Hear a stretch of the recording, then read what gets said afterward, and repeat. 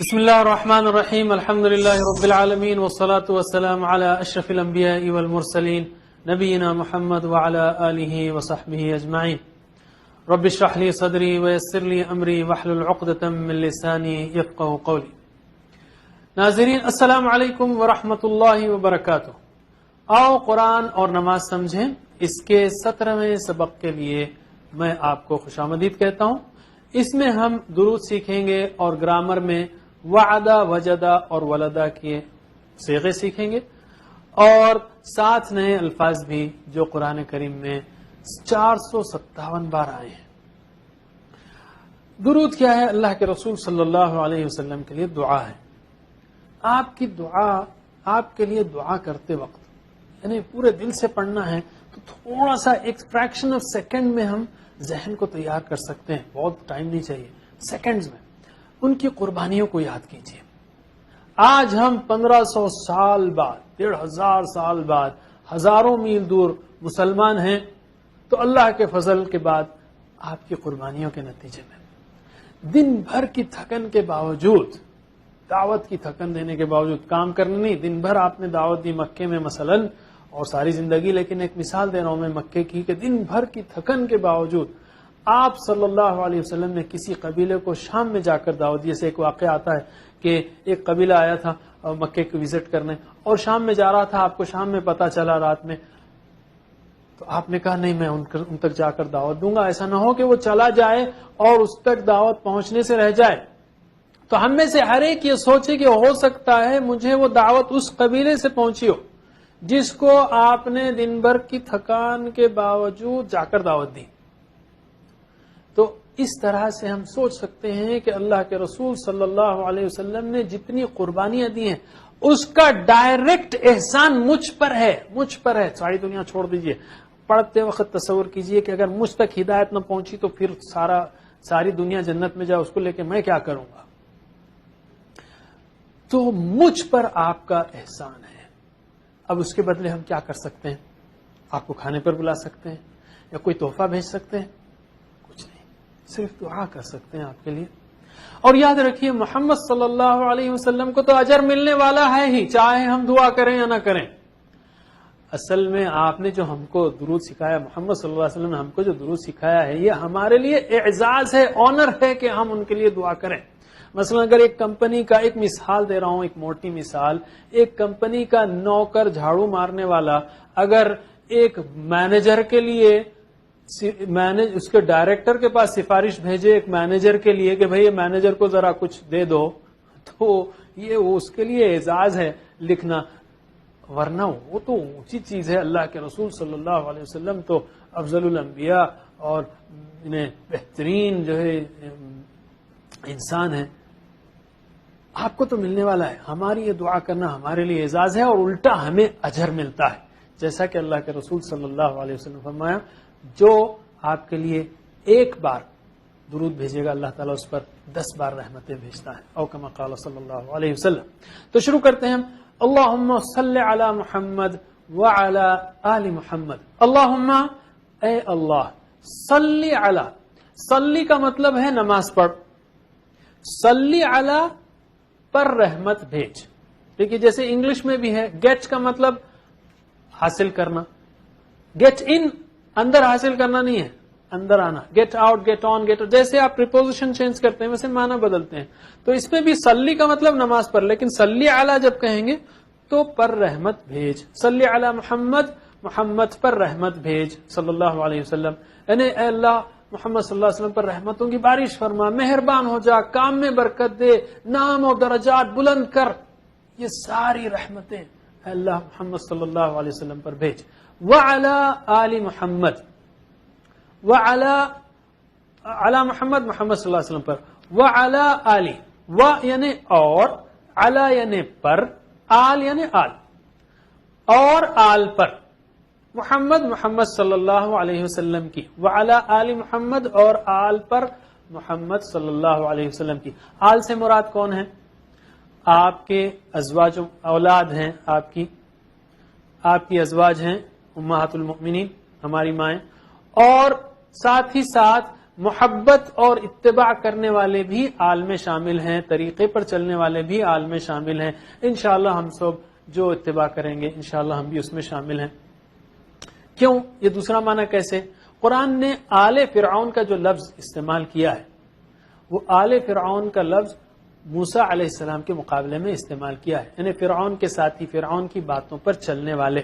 اس لیے آل کا مطلب محبت اور اتباع کرنے والے یا طریقے پر چلنے والے بھی ہے. اللہم صلی علی محمد وعلی آل محمد، یعنی اے اللہ تیرے نبی صلی اللہ علیہ وسلم کے ہم پر بے شمار احسانات ہیں. اب ہمارے بس کی بات نہیں کہ ہم کچھ آپ کے لیے کریں، بس آپ ہی اجر دیجئے. اللہم اے اللہ تو رحمت بھیج محمد صلی اللہ علیہ وسلم پر. ترجمہ کیجئے، اللہم صلی علی محمد وعلی آل محمد کما صلیت علی ابراہیم وعلی آل ابراہیم. کا مطلب ہے جیسے، اور کما کا مطلب ہے جیسے. جیسے صلیتا تو نے رحمت بھیجی، صلی یعنی بھیجی، صلی یعنی رحمت بھیجی. صلی صلو صلیتا صلیتم صلیتو صلینا، ہم سیکنڈ شارٹ کورس میں سیکھیں گے، یہ ایڈوانس فارم ہے. صلیتا تو نے رحمت بھیجی علی ابراہیم ابراہیم پر، وعلی آلی اور آل پر، و یعنی اور، علی یعنی پر، آل یعنی آل، وعلی آل. اردو کی ترتیب تھوڑی سی بدلے گی، ہر زبان کی اپنی ترتیب ہے، نہ عربی الٹی ہے نہ اردو الٹی ہے. جیسے ہم کہتے ہیں آئی ایم گوئنگ، میں ہوں جا رہا، نہ انگلش الٹی ہے نہ اردو الٹی ہے، ہر ایک زبان کی اپنی ترتیب ہے. وعلی آلی اور آل پر، ابراہیم ابراہیم کی. کما صلیت علی ابراہیم وعلی آل ابراہیم، جیسے تو نے رحمت بھیجی ابراہیم پر اور ابراہیم کی آل پر. کیا چیز تھی وہ جس کی دعا ہم کر رہے ہیں کہ جیسا تو نے رحمت بھیجی ابراہیم علیہ السلام پر، ان کی آل پر، ویسی رحمت بھیج محمد صلی اللہ علیہ وسلم پر، محمد صلی اللہ علیہ وسلم کی آل پر. ذرا غور کر کے پڑھیے، تصور یعنی احساس سے اور سمجھ کے پڑھیے کہ آخر وہ کیا چیز ہے جو ابراہیم علیہ السلام پر تھی. ایک معنی اس کا یہ ہے واللہ اعلم کہ اللہ تعالیٰ نے ابراہیم علیہ السلام کو ساری انسانیت کا امام بنایا. تمام انسان جو نبوت، وحی اور کتاب کو مانتے ہیں وہ ابراہیم علیہ السلام کو نبی مانتے ہیں، یعنی مسلمانوں کے علاوہ یہودی اور عیسائی.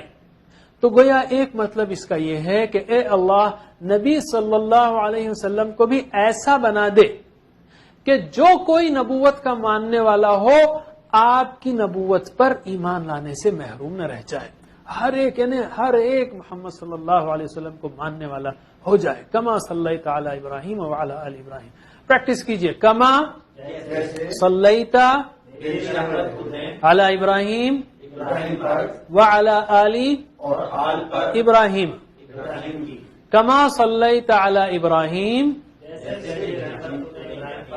وعلی آل ابراہیم، ابراہیم کی.